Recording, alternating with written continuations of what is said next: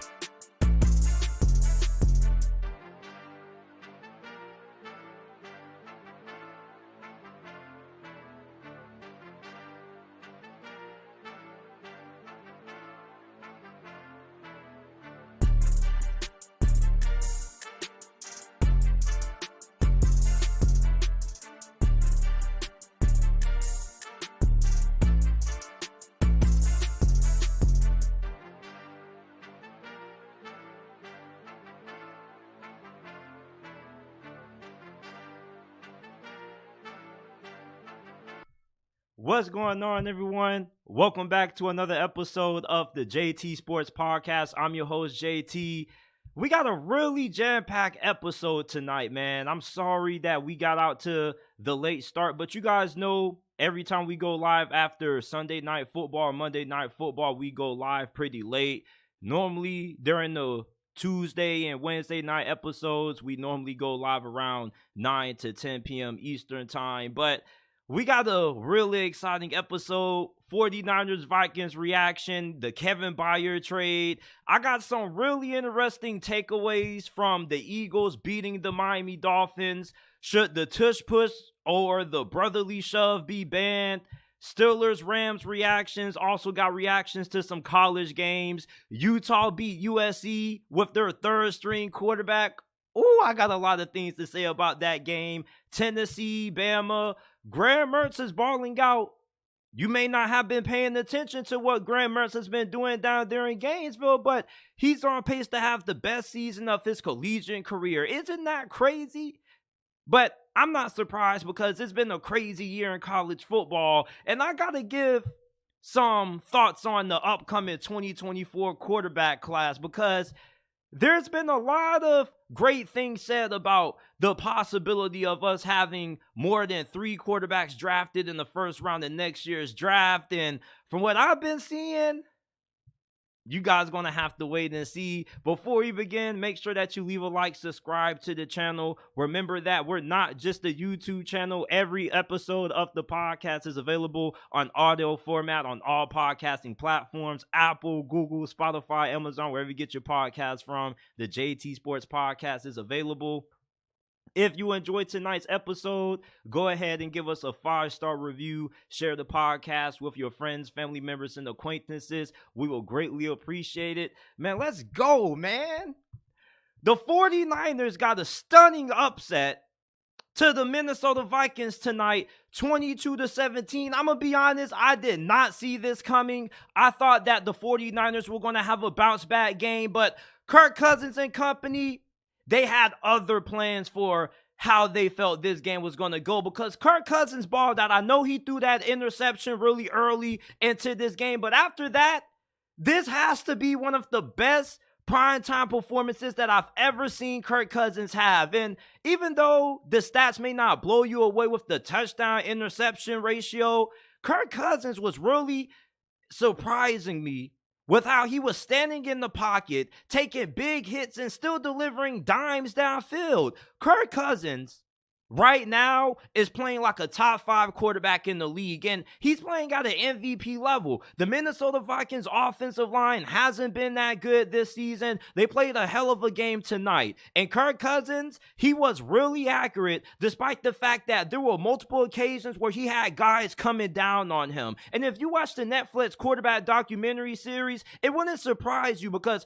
Kirk Cousins is a really tough quarterback. He may be the toughest quarterback in the league because some of the hits that he was taking really was kind of scaring me because I was like, is he going to get up after that? And then the fact that he's still able to deliver accurate passes with pressure in his face, I think Kirk Cousins needs to get a little bit more respect. I know in the past he hasn't showed up in big games, but if we're judging Kirk Cousins based on how he has played the last 2 seasons, I think that he's kind of playing the best football of his career. And I know that he has an upcoming contract negotiation with the Minnesota Vikings in the offseason. I do think that if the Vikings don't sign him, there's going to be a really big market for Kirk Cousins because Kirk Cousins is a good enough quarterback that he may not be able to win you a Super Bowl, but he can definitely get you close to winning one if you give him a good team around him. And the Minnesota Vikings haven't really done a great job at that. And there was a point during this game where Kirk Cousins didn't have TJ Hawkinson or Jordan Addison.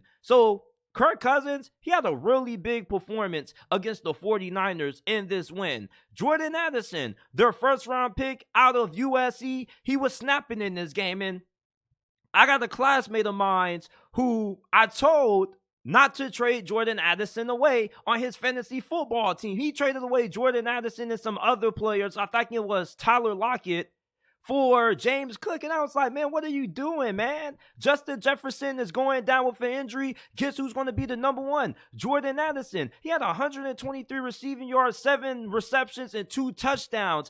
I was really shocked when he caught that 1 touchdown, when he basically stole the interception from Travarius Ward. That was an incredible catch and an incredible play by him. And everybody on the sideline was giving him a lot of love, as they should. Jordan Addison looks like one of the best rookie wideouts from this past year's draft class. And we got a lot of them, so that's high praise because this is probably going to go down as one of the best rookie wide receiver classes of all time. The 2023 draft class is absolutely stacked. Just to know how stacked it is, Puka Nacua was a mid-round pick and he's been going off this season. So Jordan Addison has been incredible for the Minnesota Vikings this season. And the half the performance that he had in this game, I think definitely has to put a lot of people on notice that once Justin Jefferson comes back, Jordan Addison, if he continues to play at this level, the Minnesota Vikings most definitely can get themselves back into the race for the NFC North Division because the Detroit Lions just lost to the Baltimore Ravens. They're 5-2 right now. And I don't think that the Vikings are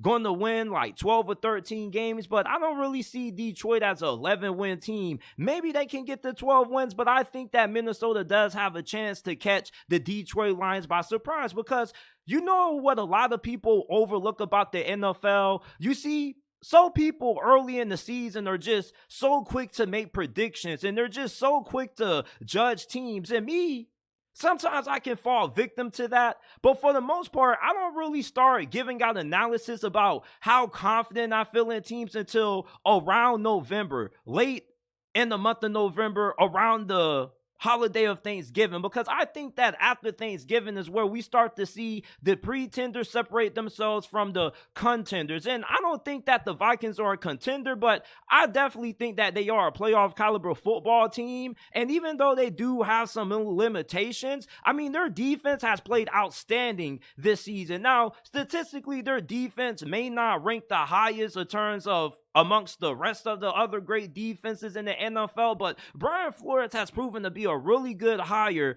as the defensive coordinator for the Minnesota Vikings, because Ed Donatell, the previous defensive coordinator for Minnesota last year, his defenses were terrible. He was super conservative. He didn't really take a lot of chances, didn't really send a lot of blitzes. Well, Brian Flores, He puts the aggressiveness when it comes to the style of defense that he plays, because he was really getting after Brock Purdy and Kyle Shanahan's offense. And I've started to peep that the 49ers, they kind of struggle against aggressive defenses. Because think about it. When they lost to the Cleveland Browns last week, right?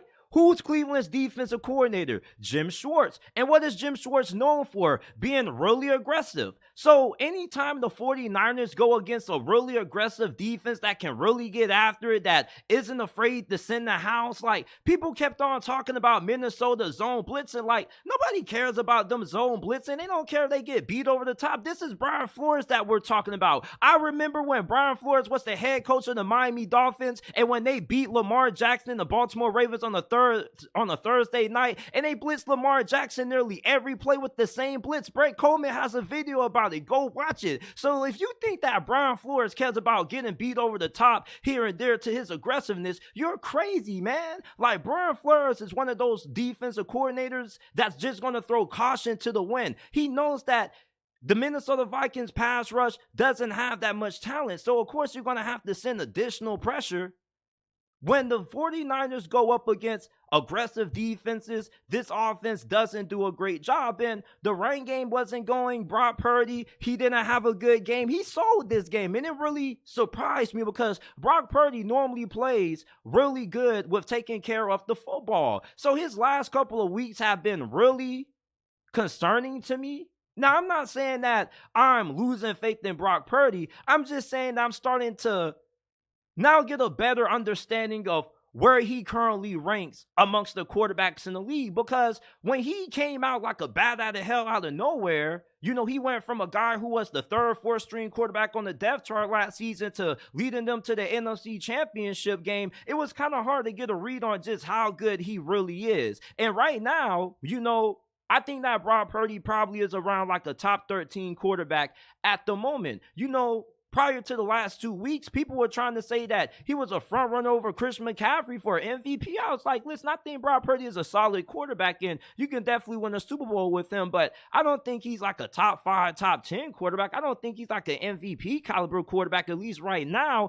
I think we need to hold on trying to anoint Brock Purdy as like the next Tom Brady. You feel me? He's a great story. And I believe in Brock Purdy, but I wasn't out here saying that he was an elite quarterback, anything like that. Even I had kind of modest expectations. And I think that people kind of need to start reevaluating Brock Purdy and where they rank him. And he's just so polarizing of a player, is that people either think that he's a fraud or people think that he's really good. And I don't really think that people give Brock Purdy reasonable analysis. I think that with Brock Purdy, the fact that he's had so much success so early, people either are quick to wait for him to fall off so they can be the first person to say, like, I told you he was a fraud, or you got people who are quick to say that he's the next great Tom Brady.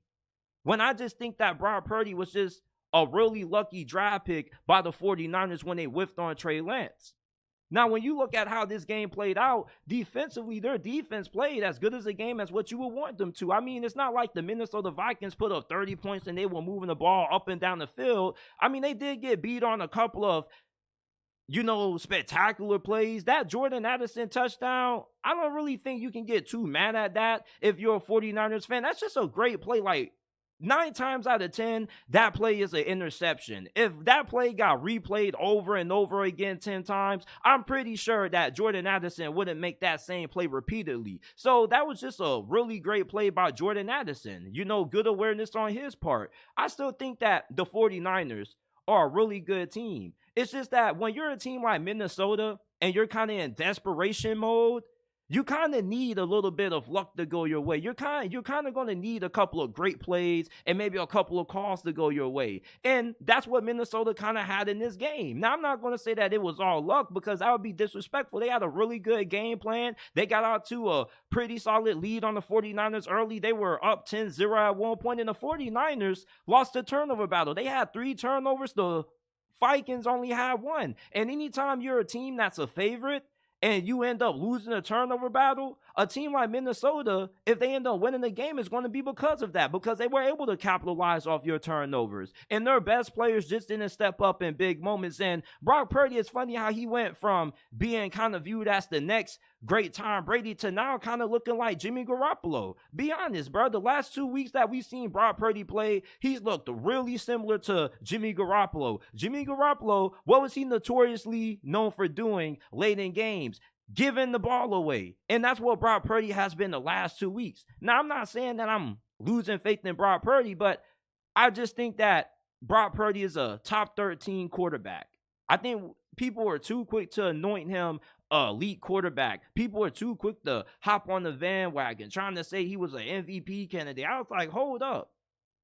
But at the same time, like, I'm not one of those people that's been rooting for Brock Purdy to fail like a lot of people kind of seem like they have. Like, I don't get why people just can't evaluate players for what they are. Why does a player have to be a fraud? What about Brock Purdy was a fraud? Like, what the hell was you expecting out of the last pick of last year's draft? You feel me?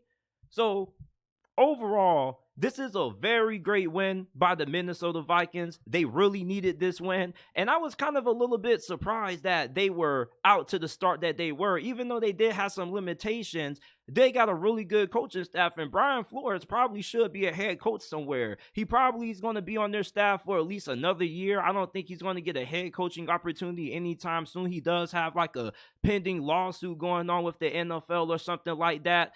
So I think he's going to be in Minnesota for the foreseeable future. And this is a defense that doesn't really have the most talent. When you're running a Brian Flores kind of defense, your cornerbacks have to be really good in man coverage. Now, their safeties and their DBs did make some really good plays in this game. Bynum had some really good moments, had a really big interception late in the game to seal it. And they do have a couple of other good players that I really like on the defense. But I think next year, when the Minnesota Vikings are able to get a little bit more room to spend and to upgrade the defense, Brian Flores' defense is really going to hit the next level. But for the 49ers, you lost your second straight game. You got to go back to your drawing board because the offense has kind of started to go a little bit cold. Brock Purdy, maybe he needs to start trying to get with Kyle Shanahan and trying to figure out some new things that works and trying to get back to the basics. But I just don't think that the Vikings just won this game because it was just purely luck. I do think that this was a fantastic game plan by Brian Flores, and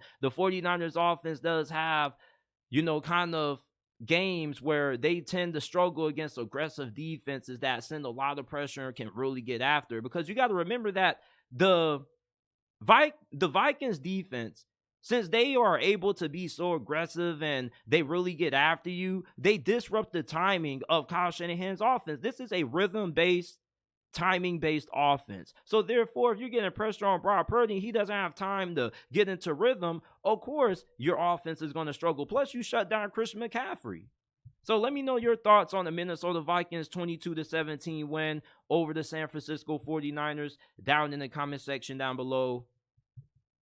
Star safety Kevin Byard is on the move. The Tennessee Titans are trading him to the Philadelphia Eagles. What the Tennessee Titans are getting in return for Kevin Byard, they are getting safety Terrell Edmunds. You're getting a 5th and 6th round pick in the upcoming 2024 NFL draft. And the Philadelphia Eagles are getting some much needed help to a banged up secondary. Now, what does this mean for both of these teams moving forward? Well, when I look at Philadelphia, this is more of a short-term move. Kevin Byard, he's going to be an unrestricted free agent in 2025, and he's still playing at a pretty solid level. Now, he's not playing at an elite level, in my opinion, but I definitely think that he's going to prove to be a boost in that Eagles secondary, especially on the back end, which is kind of where the weakness of their defense has lied. And I like the fact that Harry Roseman is one of those GMs that gets on the aggressive end. He didn't really give up a lot of big draft compensation. He gave up a 5th and a 6th round pick.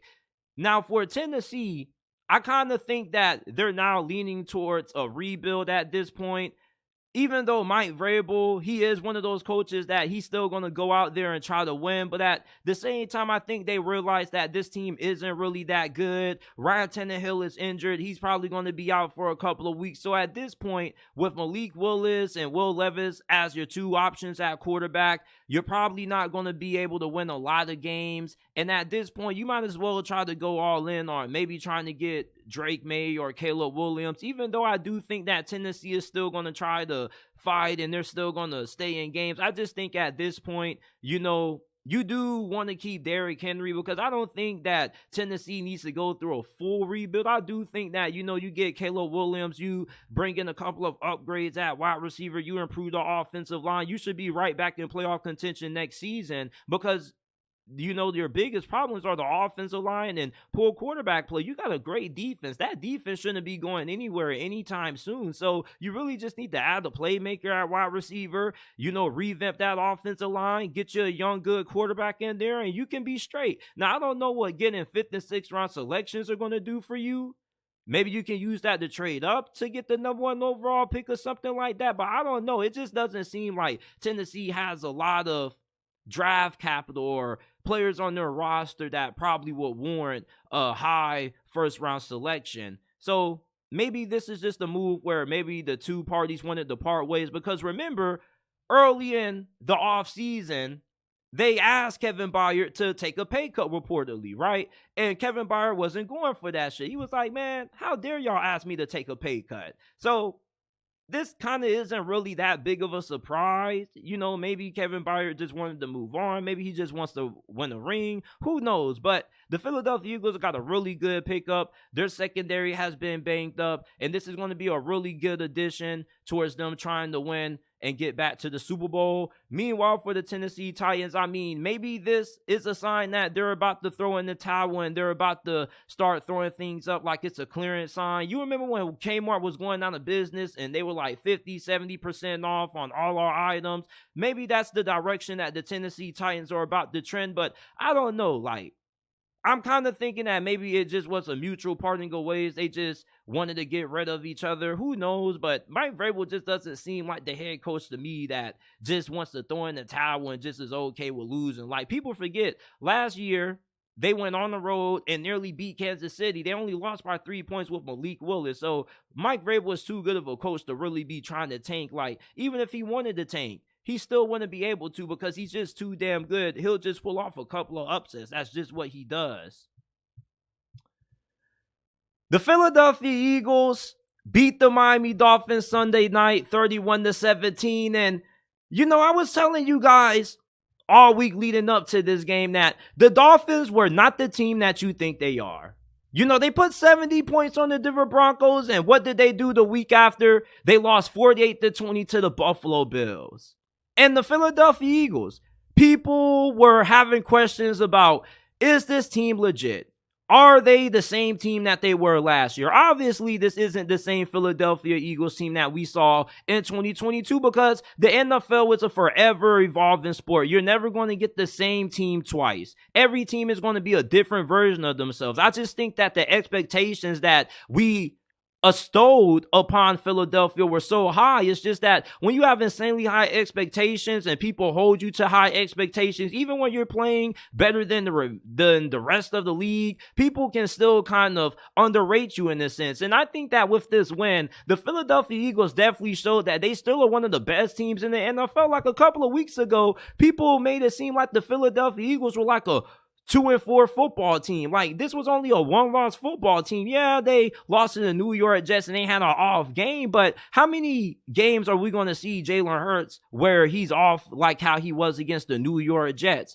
Sometimes you just have an off game, and they came out and they beat a pretty solid football team. But that's the thing with the Miami Dolphins. They're a really solid football team. I don't think they are a great football team like a lot of people are trying to make them out to be. And I get that they are dealing with some injuries, but I here's my thing with injuries, right? If you're not going to talk about injuries when you're putting 70 points on the Denver Broncos, I don't want to hear about injuries when you're losing 48-20 to the Buffalo Bills and you're losing 31-17 to the Philadelphia Eagles, because this is the problem with the Miami Dolphins. In big games, they just don't play their best football. And this is just not a 2023 problem. This was a last year problem. Do you remember when they had that brutal road stretch and they lost to the 49ers, they lost to the LA Chargers, and although they beat the LA Chargers this year, the LA Chargers aren't a good football team. Anytime the Dolphins play a playoff caliber football team, they don't really have good performances. The Buffalo Bills blew them out 48-20 after they hung 70 on the Denver Broncos. And when you look at the Miami Dolphins schedules and the teams that they beat, the Giants, the Panthers, they haven't beaten a single team that has a winning, respectable record. And their schedule is only going to get a lot tougher, and you're going to have to play the Buffalo Bills again. And every team is dealing with injuries. Great teams that win Super Bowls have to be able to overcome injuries. Although Teron Armstead, it's not like he really should be dependent upon to stay healthy for a whole entire season. I mean, the dude has been known as being an injury-prone player, so therefore I don't understand why you wouldn't have a suitable backup. The Miami Dolphins offensive line has been an issue for like the last 4 to 5 years, so I don't get why we still continue to make excuses when it comes to injuries on the offensive line for the Miami Dolphins. They should have plenty of depth at that position. They've been drafting offensive linemen for the last 3-4 years prior to even Mike McDaniel getting there, man. Like, some of the guys that starting there was there when Brian Flores was there as the head coach. So I'm not really trying to hear the whole excuse thing about injuries. And then they want to complain about getting screwed by the refs, man. Like, listen, in the NFL, there's never going to be a perfectly called game. At the end of the day, if Tyreek Hill doesn't drop that wide open touchdown, that never leads to that face mask no call, because you would have had points on the board. You see, like, we got to stop trying to make excuses. Well, you're a Dolphins fan, so if you're a Dolphins fan, of course, you're going to try to make those kinds of excuses. But at the end of the day, the Dolphins just didn't execute in this game. They had holding penalties, false start penalties. A lot of their penalties were just self-inflicted wounds. Meanwhile, you look at the Philadelphia Eagles. I mean, they had a couple of penalties that probably should have been called on them. But I'm tired of people trying to make it seem like the NFL is trying to rig these games. The NFL is not trying to win, is not trying to rig these damn games. There's a reason why the Atlanta Falcons are under investigation for Bijan Robinson not being listed on the injury report. Like, there's too much money at stake. People bet on these games. The NFL gets money off these betting sponsorships. They're not worried about rigging these damn games. They don't need to rig these games, because if you rig the games and you have predetermined outcomes, first of all, it takes away from the entertainment value, because then you could just leak who's going to win. And second, do you not know how hard it is to rig an NFL game? Even if you do want to throw penalties on every play, if you're just a better team, you're just a better team. And that's what the Philadelphia Eagles were in this game. They were just a better team. Like, people want to talk about banning the tush push, which we're going to get into that later. But be honest, let me ask you this. Do you want to ban the tush push because you're concerned about these players safe and health? Or do you want to ban the tush push because the Philadelphia Eagles just run it so damn better than everybody else in the National Football League and you're tired of it? I think I'll have to go with option B, because people just hate dominance. Like, I saw the Minnesota Vikings try a tush push earlier, or a brotherly shove with Kirk Cousins on Monday Night Football, and it fell twice. Like, what the hell were the Minnesota Vikings thinking running the tush push with Kirk Cousins? He may be the least athletic quarterback in the NFL. So when it comes to the Miami Dolphins and them getting screwed over, like, make all the excuses you want, but at the end of the day, ask yourself, what have the Dolphins done anytime they've been in big games? They haven't really played their best football. Even when they played the New England Patriots on Sunday Night Football, they didn't really beat them all that convincingly. The Dolphins just are one of those teams that performs the best when the lights are the brightest. And another thing that kind of really irked me in this game, you can say I'm being petty for this, but I really got tired of how they were overblowing Tua, starting over Jalen Hurts when he got benched in the halftime of that national championship game against Georgia years ago. Like, okay, we get it, but that seems to be a storyline that they kind of dragged out a little bit too much for me. Like, Jalen Hurts just took the Philadelphia Eagles to the Super Bowl, all right? Obviously, Jalen Hurts right now is a better quarterback than Tua, and he showed it in this game. Like, regardless of who was healthy and who wasn't healthy, Tua Tagovailoa had a bad breaking interception when he was trying to throw a slot fade to Raheem Mostert. First of all, I don't even know why Mike McDaniel would even put Raheem Mostert in the slot. I don't really think he's known for being a really great pass-catching back, one of those backs that you just put out wide and he can make things happen. And second of all, like, there was too many defenders over there for Tua to be throwing that pass over there anyway when he had a wide open check down option. Like, Miami Dolphins fans get really defensive over Tua Tagovailoa. You can never give any constructive and real criticism when it comes to Tua Tagovailoa. It's so annoying. Like, they're one of those fan bases that are the most defensive over their quarterback. Tua's a good quarterback, but I don't think it's a hot take and it's hate to say that this dude just doesn't play all that great at big games. Honestly. Like, I kind of get tired of the fact that they make it seem like this dude is just so invincible. Like, I love Tua, no hate to the brother. I want him to succeed, but we got to stop it, man. He just doesn't play all that well in big games. Jalen Hurts outplayed Tua, even with him having more turnovers. Jalen Hurts is a good enough quarterback that he can have multiple turnovers and still find you ways to win the football game. He got 2 touchdowns, 1 pick, 270 passing yards, 23 or 31.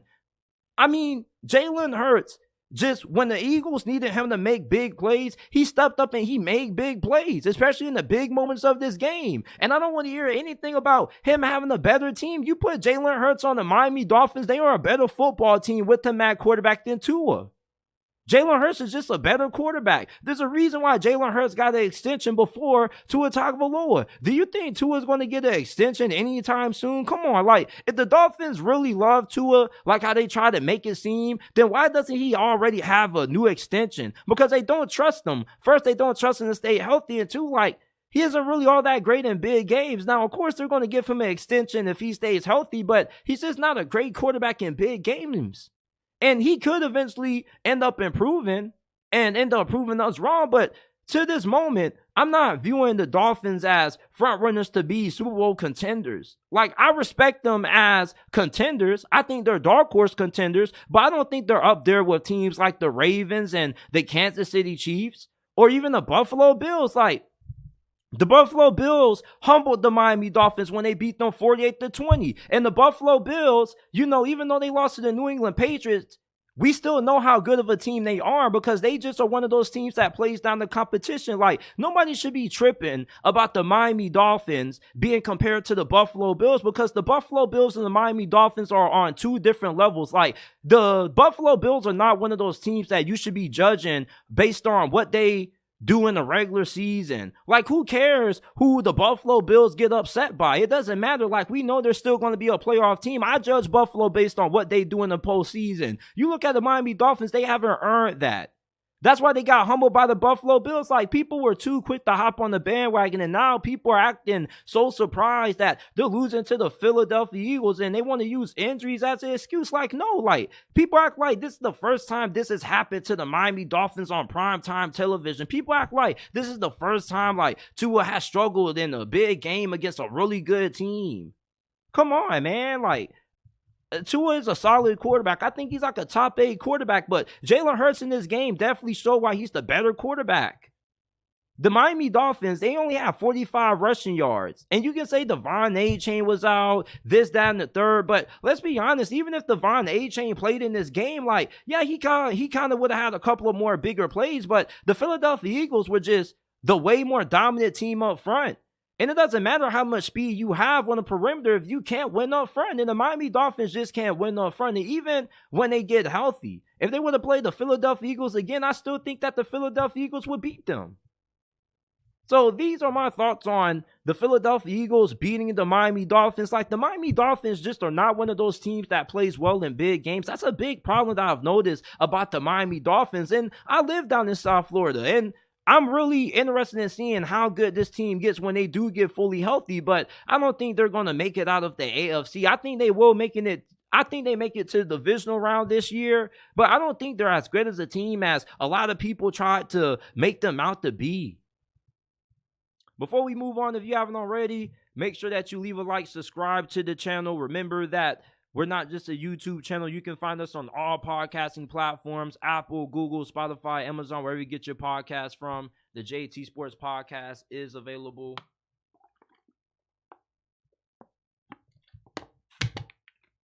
All right, so we got some more things to get into. I want to talk about the tush push. The tush push, the brotherly shove, whatever you call it, may be the most controversial play in the National Football League. And there are people who are really split about if the brotherly shove should be banned. On one side, I think there's a group of people who don't think the brotherly shove should be banned. They think that it's a pretty fair play, and the Philadelphia Eagles just run it better than any other team in the NFL. Like, people make it seem like every team is having success running this play. We just saw the Minnesota Vikings try the brotherly shove twice with Kirk freaking Cousins, and it failed on both occasions. Like, not every team has success running the brotherly shove. And let me ask you this. If you're one of those people that fall on the other side and you feel like this play should be banned, why do you want it banned? Do you want it banned because A, you are concerned about the player's health and safety when running this play? Or option B, do you want this play banned because your team just can't stop it anytime you play the Philadelphia Eagles? Be honest. And I think that most people are going to, if they're being honest, say option B. Like, people make it seem like everybody else is having success running this play. The Philadelphia Eagles are the only team that runs this play to perfection. As I said earlier, on Monday Night Football, if you didn't see the game, go rewatch it. The 49ers tried the brotherly shove, the tush push twice, and it failed. You just can't run the tush push with any quarterback. Jalen Hurts squashed like 600 pounds. He's one of the most athletic and strongest quarterbacks in the National Football League. You can't be running this play with a guy like Mac Jones, Kirk Cousins, unathletic quarterback. Jalen Hurts is the main reason why this play is so effective. Plus, the Philadelphia Eagles have arguably the best offensive line in the NFL, led by Jason Kelce, one of the greatest centers to ever play this game. I don't think that the brotherly shove should be banned. I just think that the reason why many people are upset with this play is because the Philadelphia Eagles just run it to such perfection, and people just hate perfection. They hate things that work. They hate things that can't be stopped. If you got a problem with the tush push, find a way to stop it, or just try to find a way to run it as good as the Philadelphia Eagles. Now, I do think that this play does pose a health risk to these players, especially when you look at everything that's going on the bottom of these piles. Like, eventually, like, these defensive linemen are going to get even more aggressive, and we already saw earlier in that 49ers game a guy jump over the top of the pile. Like, what if somebody jumps over the top of the pile and lands wrong and breaks their damn neck? Or somebody ends up getting rolled on? Like, this is a rugby play for a reason. Rugby plays aren't meant to be in National Football League plays, because the rugby leagues are a little bit more unorganized or unorthodox when it comes to the NFL game. I feel like the NFL game is a little bit more controlled. I feel like rugby is just kind of like playing backyard football with your friends. You ever play hot ball? That's kind of what rugby is. And I do think that this play is a little bit dangerous to be running just with everything that goes on. And if the NFL is worried about CTE and players' health, I do think that maybe they should kind of look into this play. So if you want to ban because of, you know, the health risk that it poses to the players, I can understand that. But most people aren't thinking about players' health. Like, they're just thinking about the fact that, damn, like, they can't stop this play and they want it gone. And at the end of the day, like, the Philadelphia Eagles just run this play to perfection because they got the quarterback to do so and a good offensive line. So I got no problem with the brotherly shove, even though I am a little bit concerned about the health risk that comes with running this play when it comes to the players. But until, you know, like, we actually start seeing a lot of injuries, I just think that we should start viewing this play as a health risk when it comes up, because that tends to be what happens anyway in the NFL. Like, they didn't start updating the concussion protocols until they started getting sued for billions of dollars in lawsuits because of concussions and CTE research. So that's why the game is becoming so soft. And I do think if this play was to get banned, which I do think it eventually is going to get banned, because eventually the injuries are going to happen. But until the injuries really start happening, nobody's really going to think about banning this play. That's just how it works in the world. We don't really take action until we're forced to take action most of the time.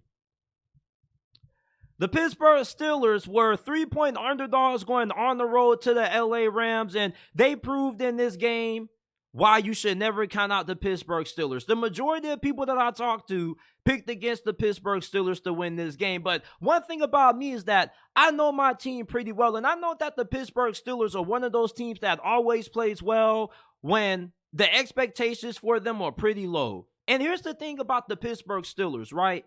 When you look at the way that they win games, this offense is terrible. We know that. Matt Canada is probably going to get fired after this season. But the thing with the Steelers is that this is a team that doesn't need a great offense to be able to be a great football team. They play true to who they are. They play true to their identity. You know what their identity is? Playing a hard-nosed football. There's a reason why the Steel Curtain is one of the most iconic names in NFL history. Hard-nosed, great defense. And that's what the Pittsburgh Steelers have. And anytime you have a great defense, that can sometimes lead to a very good offense. You know, TJ Watt, not only is he great getting after the quarterback, but he also had a really big play in pass coverage that he made that helped put the Pittsburgh Steelers in position to eventually come back in this game. And the Steelers offense, it's not going to be anything pretty. And the Steelers are definitely not going to be a team that's going to make it anywhere further than the divisional round if they ever get into the playoffs this year with Matt Canada as their offensive coordinator, because eventually you're going to go up against a team where your defense isn't going to be able to hold you for all 4 quarters when you're going up against a top-level offense like the Kansas City Chiefs or the Buffalo Bills. Even if they play the Ravens again, if they play the Ravens and the Ravens are playing at the same level that they did against the Detroit Lions, the Steelers would be in trouble.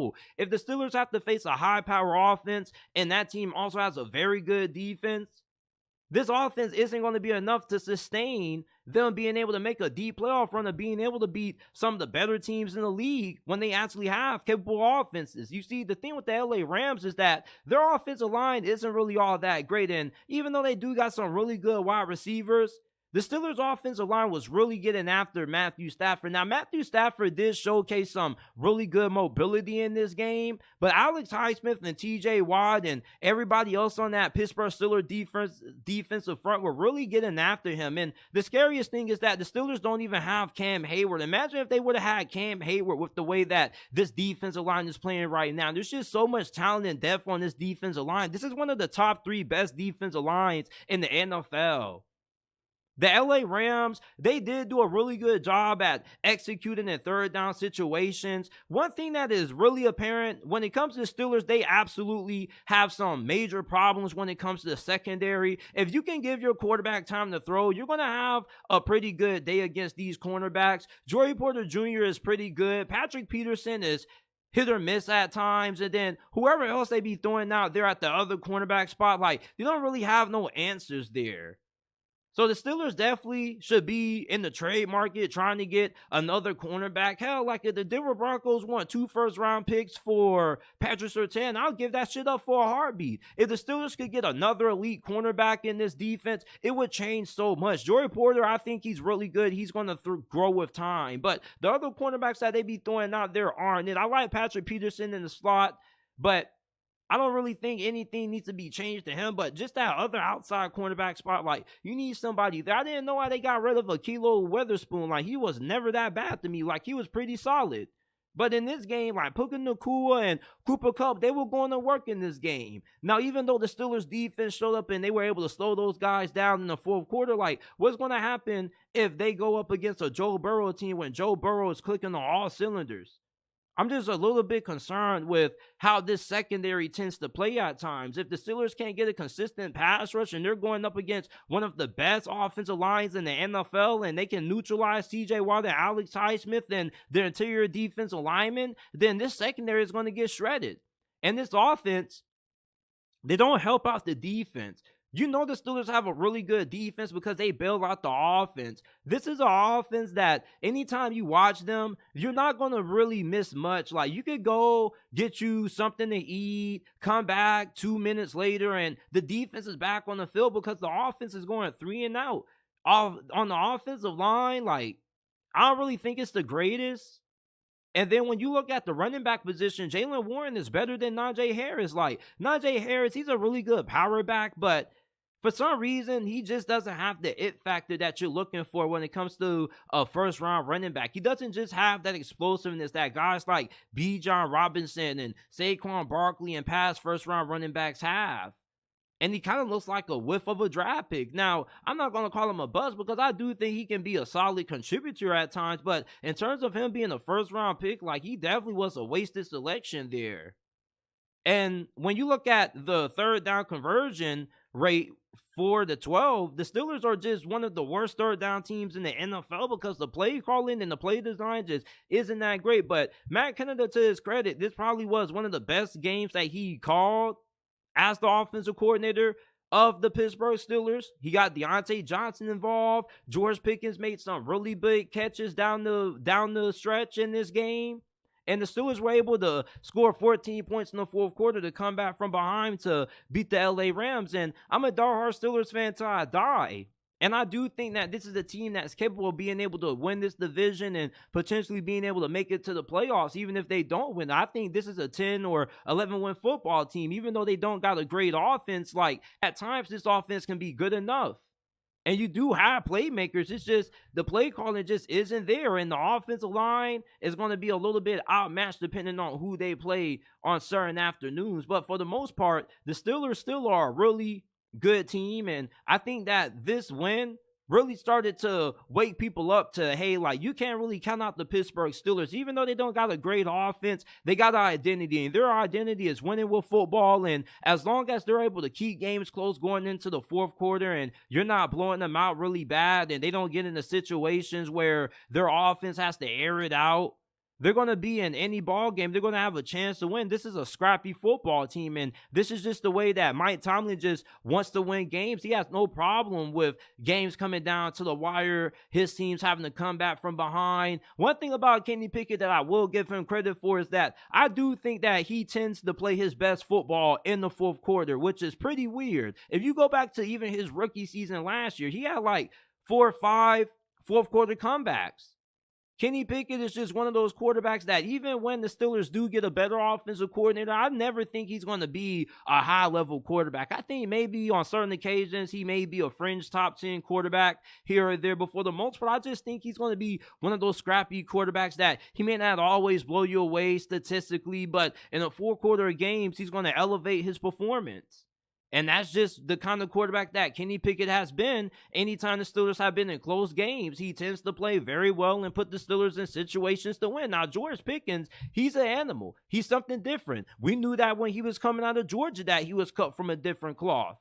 And Deontay Johnson, I was happy to see him back on there in the field. He was definitely missed. He's one of the best route runners in the NFL. Nobody is better at creating separation on this team than Deontay Johnson. Calvin Austin wasn't bad. You know, he was a pretty solid replacement, but anytime you have a guy that's an elite route runner and a great separator like Deontay Johnson, he puts a lot of stress on defenses. This was a great win by the Pittsburgh Steelers. Meanwhile, for the LA Rams, my thing with the LA Rams is that I still think they are a team that could make it to the playoffs, but I think as their schedule continues to get a little bit more difficult, the fact that they got an overall young team with a roster that really isn't all that great, Sean McVay, he's just too good of a coach that he's not going to be bad enough for you to be one of the worst teams in the NFL. And the Rams do have their core group of star players healthy. Aaron Donald, Cooper Kupp, Matthew Stafford. So as long as those guys can stay healthy, the Rams are always going to have a shot in the majority of games that they play where they're not just completely mismatched on the offensive and defensive sides of the football.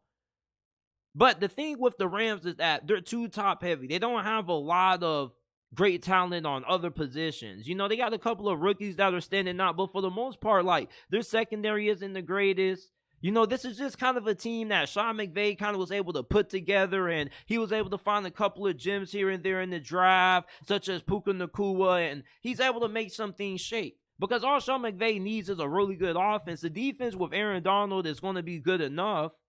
But in games like this, when you're going up against a really good defense, the Rams kind of are going to need that offense to have to step it up, because they definitely could have won this game. And you definitely understand why the majority of people picked the Rams to pull off this win against Pittsburgh, because this is just an offensive kind of league now with the direction that the NFL has headed. So anytime you have a team that's kind of known for defense and they don't really got a great offense, it kind of turns a lot of people off. But at the end of the day, there's a reason why they still have the saying defense wins championships. And sometimes a great offense can be kind of helped by a great defense, or a great defense can lead to a great offense, or sometimes a great defense just is a great offense. I think that's how they say it. But the Steelers beat the Rams 24-17. Comment your thoughts about this game in the comment section down below. Utah beat USC with their third string quarterback. Oh my goodness, this game was an absolute disaster for USC football. But for Utah, this game was an absolute bloodbath for you.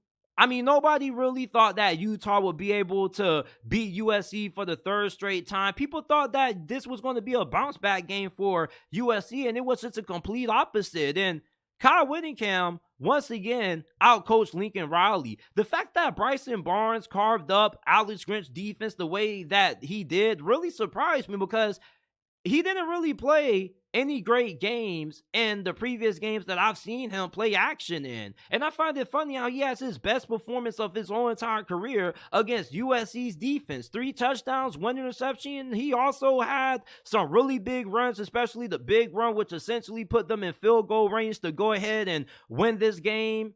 Bryson Barnes had a performance for the ages, especially against a USC defense that, although it has a bad reputation, I don't think too many people are expected a third-string quarterback to be shredding this defense with the kind of talent that they have. And the star of this game wasn't even Bryson Barnes. It was Sione Vaki, or Sione Viaki. I'm sorry if I mispronounced it. I think it's Sione Vaki. Sione Vaki. The USC defense had no answers for how to stop this dude in the passing game. He was Utah's leading wide receiver, or leading receiver. He had 149 receiving yards, 5 receptions, and 2 total touchdowns. It just seems like anytime this dude went out for a route, USC just refused to cover him. And there were also miscommunications on the defense. There were missed tackles. Like, where has this guy been all season? Like, they should have been unleashed this dude. Utah, they're just one of those teams that they just have unlimited skill at running back. It's just like anytime one guy goes down, they got another dude stepping up. Like, they got Jaquindon Jackson, they had Micah Bernard last year, Tavian Thomas. Utah just has a really good knack for finding talent at the running back position, and Sione Vaki is another good find by Utah at that position. I don't know what the hell they look at when it comes to evaluating running backs in the transfer portal and out of high school, but they got the winning recipe, because these running backs could not be stopped against this USC defense. And I know USC's defense is terrible and Alex Grinch has to go. It's just that Utah's offense has struggled for the majority of this year, and you would have thought that USC's defense just would have played better.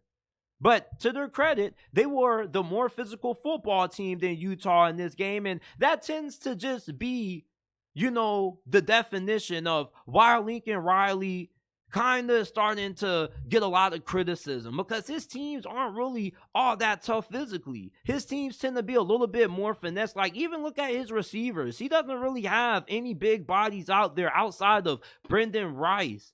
His teams just tend to be a little bit more finesse-oriented, like how those old-school Big 12 offenses used to be. And anytime you get matched up against a physical football team like Utah, like, they're going to come straight at you.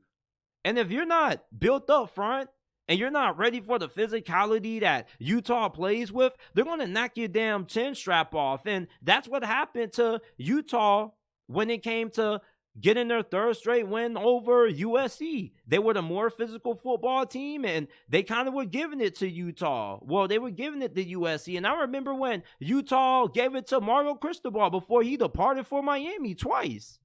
It's just Utah's just one of those teams that they're a really scrappy football team. They may not be as talented as what USC is when it comes to stars ranking, but when it comes to player development, they're one of the best programs in the country, and that's why you can't judge every team by the amount of 5- and 4-star players that they have on their team, because certain teams are just really good at recruiting 3- 4-star guys, and then they can develop those guys into pretty good players. And that's what Utah does a really good job at. And they also did a really good job at getting after Caleb Williams. And for the people that are trying to put this loss on Caleb Williams, I don't think Caleb Williams deserves a lot of blame for USC losing this game. Now, was this his greatest performance? Like, no, it wasn't. He definitely has played better. But at the same time, Utah does have one of the best defenses in the whole entire Pac-12. If not, they probably do have the best defense in this conference. And they have one of the best defenses in all of college football. And when they went up against Notre Dame, Notre Dame's defense has been pretty good this season also. So I don't find it crazy that Caleb Williams isn't really having these kind of crazy performances that he had last year, because the team that he has around him isn't as good as what he had last season. The offensive line doesn't really do a good job at giving him a lot of time to throw the football, albeit he does tend to hold on to the football a little bit long. I think that's more so him trying to find the big play. I do think that he's more than capable of being able to get the ball out fast. It's just that he knows that the defense isn't good, and he knows that the team around him really isn't all that great. So maybe he just has a little bit of superhero syndrome when he just tries to do a little bit too much. But he put this team in position to win this game. He gave them the lead with his rushing touchdown late, which puts them up. You can't blame Caleb Williams for this loss. Was Caleb Williams out there calling the plays on defense? No, he wasn't. It was Alex Grinch. Was Caleb Williams out there missing tackles on defense? No, he wasn't. He wasn't the person who allowed Bryson Barnes to put Utah in field goal range and to go ahead and get the game-winning field goal. I think that Caleb Williams played good enough for USC to win this football game. They just don't play complimentary football. They're all offense, no defense. Lincoln Riley doesn't give a damn about defense like that. He got this same problem at Oklahoma. If it wasn't for Caleb Williams, they probably would have got blown out in this game. And if he wasn't playing on USC at all, I doubt that they would just only have 2 losses. They probably would have 3 or 4 at this point. This just isn't a really well-constructed football team. This is just Caleb Williams with a bunch of really flashy receivers, average offensive line, and a below-average defense that's underachieving, because USC's defense isn't lacking talent. That safety that caught that interception and returned it to the house for a pick 6, he's probably going to be one of the top safeties in next year's draft. But they just don't really utilize their personnel all that bad. And I don't know what Alex Grinch has on Lincoln Riley, what dirt he has on him, and why Lincoln Riley doesn't part ways with him. But it's just really weird that he brought this dude with him from Oklahoma to USC, and the defense is still having the same problems. I just think that Lincoln Riley just doesn't give a F and a hoots and hollers about playing great defense. He just feels like F it. Like, I got a great quarterback. I got wide receivers. Like, we can just outscore you. But the problem with that is what's going to happen when you get faced off against physical football teams like Utah that can really beat you up. USC got beat up in this game. I'm pretty sure when USC woke up after this flight home on Sunday morning, they felt this game. It was sore. This was one of those games that you was going to have to sit in the ice tub for. They were missing tackles. Like, USC just wasn't a really well-coached and fundamentally sound football team. And they haven't looked like that for the better half of this season. Now, they do have some of the best teams in the Pac-12 coming up. Oregon, they got to play. I'm not counting out USC as long as Caleb Williams plays. Like, people are questioning Caleb Williams' commitment. Is he going to quit on the team?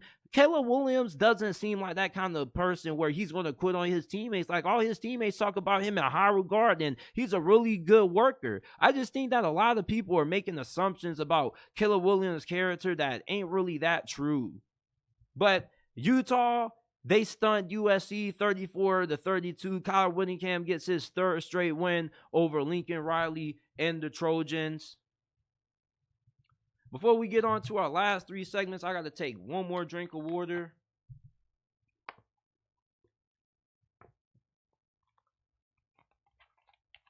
All right, so let's see what we got next on the docket. Okay.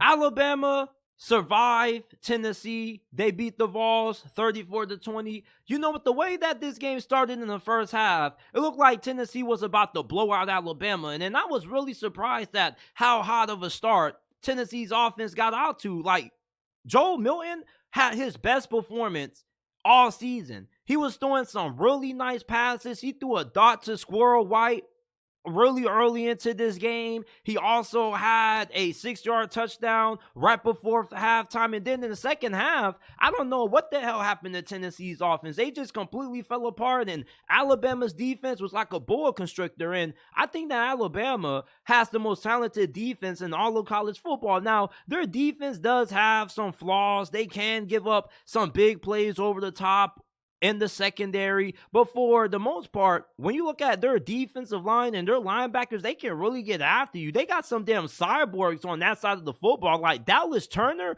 Oh my goodness, have you seen him? He looks like the Incredible Hulk, but in football form. This dude is shredded. I mean, they got some damn athletes on that side of the football, and Tennessee's offensive line, they just didn't really do a good job at winning on the line of scrimmage. They went for 4th down on multiple occasions, and they got stopped on every single occasion. And Joe Milton is pretty big.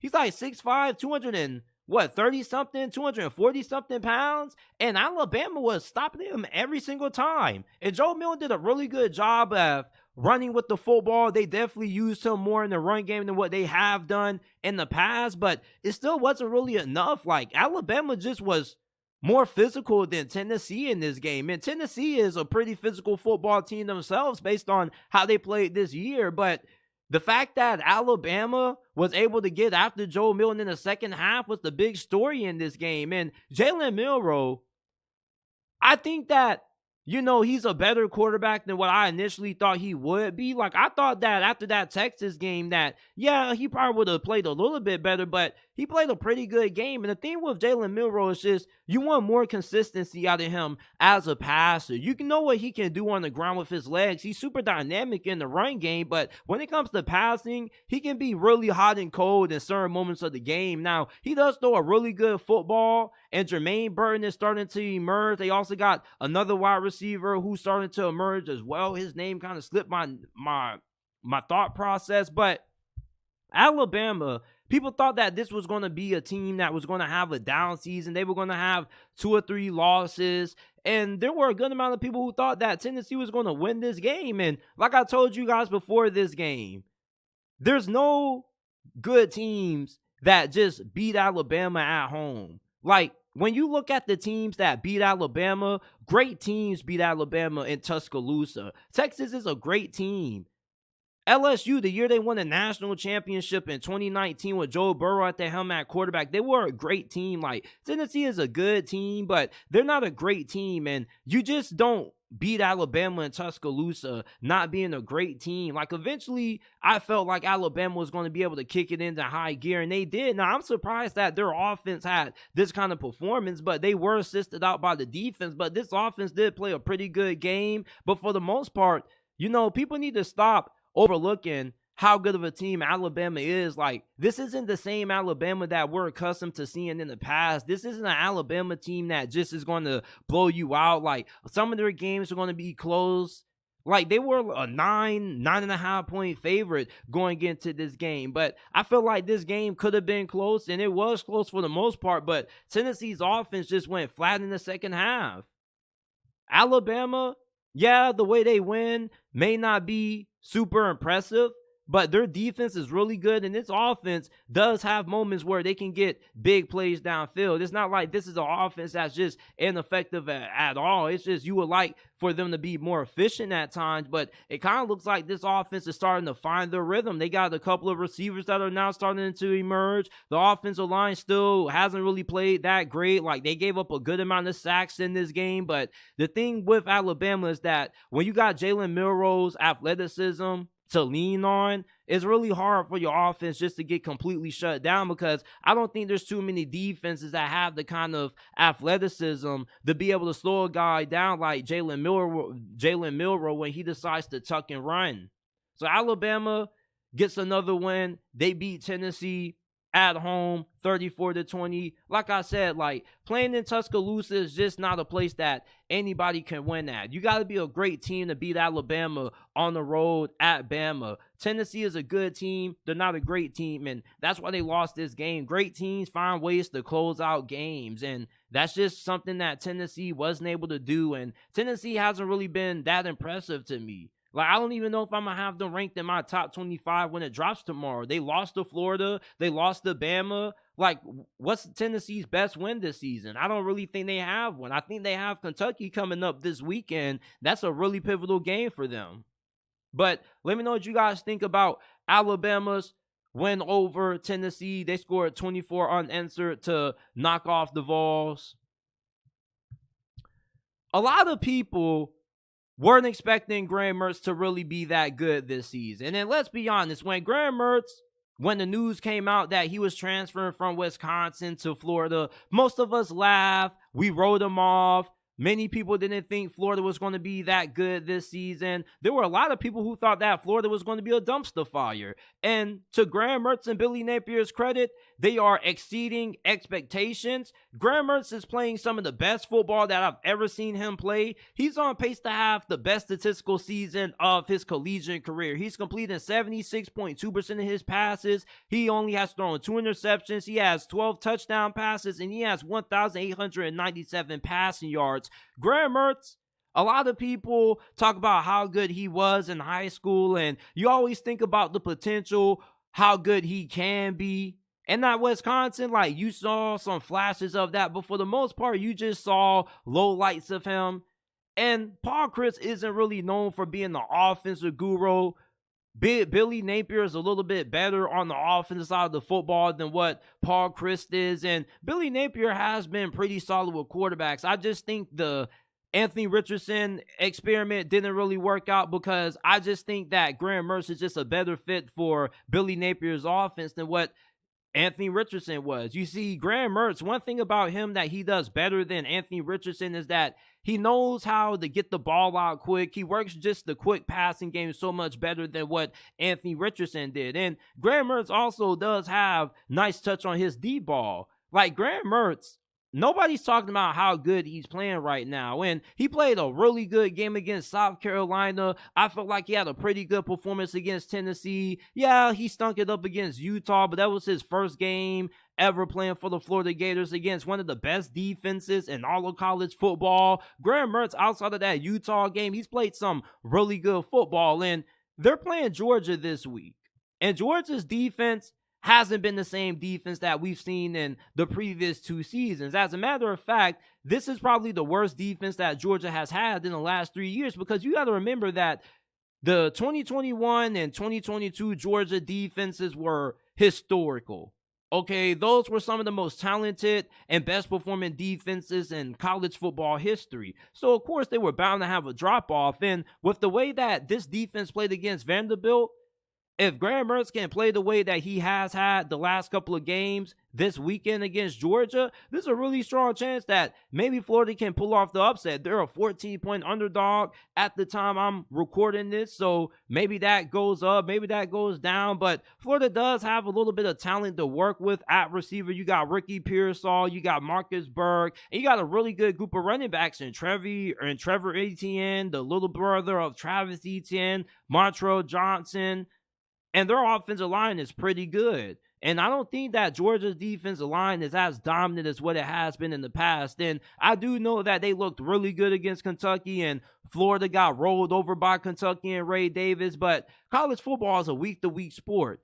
Just because Florida got smashed by Kentucky and Georgia blew them out doesn't mean that Florida doesn't have a shot to win this game. Graham Mertz, he's been really good with taking care of the football. Obviously, when you beat Georgia, you got to make sure that you limit turnovers. You don't want to give them extra possessions, especially when they have the talent advantage. You can trust Graham Mertz to take care of the football. And I also think that Graham Mertz is good enough that he can make a couple of big throws here and there against that Georgia defense, because they gave us some big throws against Vanderbilt. And if Vanderbilt can have success against Georgia's defense, then so should Graham Mertz. And you got to remember that when Georgia played Kentucky, Kentucky's run game was able to do nothing. And Devin Leary has been a shell of himself. He hasn't been good. Graham Mertz has been better than Devin Leary. Even when Kentucky beat Florida, like, I still felt like Graham Mertz was the best quarterback on the field in that game. Devin Leary didn't really have to do too much outside of give the ball to Ray Davis.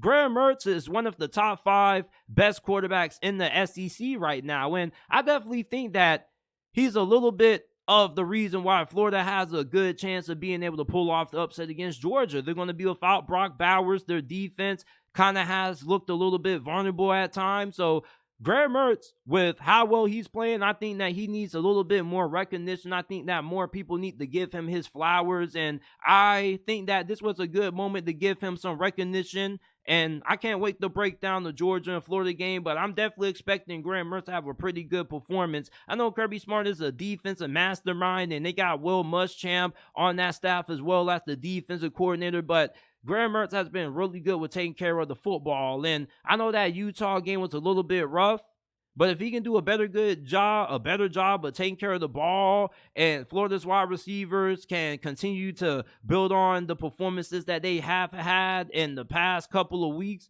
I think that they got a really good shot at being able to pull off the upset with Graham Mertz at quarterback. You know, there was a lot of excitement about the upcoming 2024 quarterback class, but you know, after watching a good amount of these guys play up to this point of the college football season, I think that this quarterback class is getting really overhyped.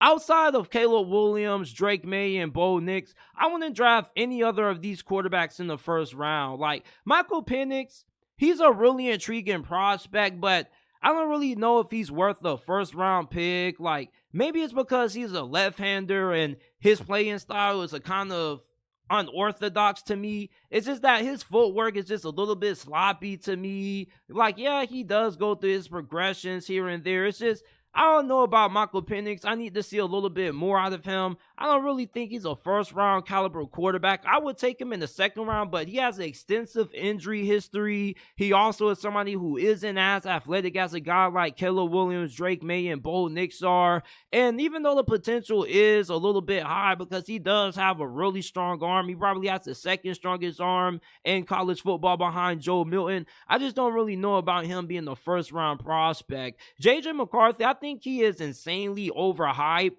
Anytime I've seen J.J. McCarthy go up against a good team, he's looked above average at best. Like, he struggled against TCU. I don't really think he had the greatest game against Ohio State, and I'm really eager to see how he plays against a really good Penn State defense in the next couple of weeks. But I don't really see him as a first-round quarterback until he can prove to me that he can actually perform against a really good team. Like, it's easy for him to have these kinds of good performances against Eastern Carolina and Bowling Green and Rutgers when Michigan just has so much more talent than them. He's having great protection with them having the best offensive line in college football. They got a great defense. I just don't really know about J.J. McCarthy, trying to picture him and label him as a first-round pick just yet. Like, yeah, he has good size, good athleticism, and a really good arm, and he does have pretty high potential, but right now, I just don't know about him being the first-round quarterback. If I'm drafting you in the first round, I need to know that you're able to start day one for me. And I don't think that J.J. McCarthy or Michael Penix are day one starters. Bo Nix is really good when it comes to being able to process defenses.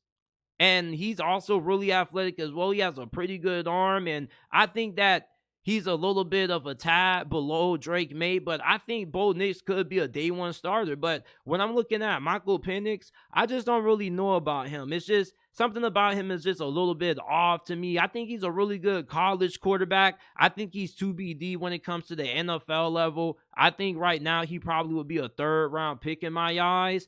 Quinn Ewers, I think he just needs to go back for another year. He's just too inconsistent for me. His game against Oklahoma wasn't really impressive. He had a pretty good game against Alabama, but I haven't really seen him take over as just this superstar, transcendent future franchise caliber quarterback. Like, yeah, if he was to declare for next year's draft, he probably would be a day 2 pick. He'll probably go in the 2nd round, but he's just too streaky for me. I would like to see him go back for another year and just look more consistent. Plus, he has struggled to stay healthy. He has missed a couple of games due to injury. Like, he just got injured again. He's going to be out for like 4 weeks.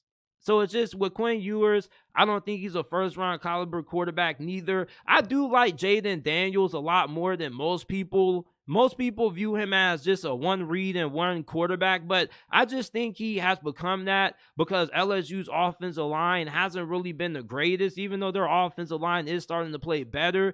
I like Jaden Daniels' instincts. I do think that he has a pretty good feel inside of the pocket, in my opinion. He knows when to bail out and when to use his legs. And also, he's a pretty nimble runner as well. I don't know if he doesn't end up working out at quarterback, maybe he should switch to receiver because he's just a really good instinctual runner. Even though he doesn't have incredible speed. He's not like a dynamic Lamar Jackson kind of runner, but he's kind of elusive and dynamic in his own way. He knows how to just break out of tackles and make guys miss. It's just really fun to watch Jaden Daniels, and I do think that he does have a pretty solid arm. He doesn't have the greatest arm, but he has enough arm strength that he can make the necessary throws in the NFL. I do think that he has pretty good accuracy. Like, yeah, he can get locked on to one receiver at times, but you can work on that with Jaden Daniels. But I wouldn't take him in the 1st round neither, but I kind of do like him a little bit more than I do like a guy like J.J. McCarthy. Jordan Travis, I don't really think he's a NFL caliber quarterback. Like, I think if he does end up getting drafted, it'll probably be day 3 around round 6, round 7. Like, I'm just not the biggest Jordan Travis fan, even though he has made large steps in improvement every single year that he's been at Florida State. But overall, when I'm looking at the 2024 quarterback class right now, I think that this class is being severely overhyped. Going into this college football season, people made it seem like we potentially could see 5 quarterbacks drafted in the 1st round, and right now I only see 3. Like, we know Caleb Williams is a generational quarterback prospect. I think Drake Maye is kind of a little bit up there, but both Caleb and Drake Maye are having their ups and downs right now. They're having their rough patches. Drake Maye just threw the game-losing interception against Virginia, and UNC's upset loss to them. Caleb Williams and USC have lost to Notre Dame, and they've lost to Utah. They haven't really looked great against great defenses, and Quinn Ewers is just super streaky. Bo Nix, I like him. I think that he is a 1st-round caliber quarterback. It's crazy how better of a quarterback he's looked ever since he transferred from Auburn to Oregon. And the thing with Bo Nix is that I really like his athleticism. I really feel like Bo Nix is a better version of what we thought Johnny Manziel could have been without the character concerns. And plus, he's just a better overall player. I just think that he just sees the field very well. He throws with good anticipation. I think Bo Nix is probably the most underrated quarterback in this draft class. I see people put Michael Penix over him because he has a way more better arm. And I've seen people put J.J. McCarthy over Bo Nix. Like, I just don't see it with J.J. McCarthy. I think that J.J. McCarthy needs so much more development. I just think that people are just paying attention into how weak that Michigan schedule has been, that they're just looking at J.J. McCarthy make these great throws because he does have a really good arm, but I think a really accurate indication of who J.J. McCarthy is as a quarterback prospect is his tape against TCU. I think that's J.J. McCarthy to a T, but these are my thoughts on the 2024 NFL draft quarterback class at this moment. When it comes to Joe Milton, like, I don't really have him high on my board. Like, of course, I'm going to have him with a draftable grade just because as soon as he gets drafted into the National Football League, he's going to have the strongest arm in the NFL, and somebody is going to feel like they can coach that up and work with that. But he's been a pretty big letdown for me with how he's played at Tennessee up to this point this season. Now, he hasn't been bad. It's just I expected a little bit more out of him. This offense definitely has taken a step back with him at quarterback. There's been times when they just been scared to throw the football. Like against Texas A&M, they didn't really want to put the ball in his hands. Against Florida, he had an okay showing. It's just I just wanted a little bit more consistency out of Joe Milton, and I don't really think he's all that better this season than what he was last year.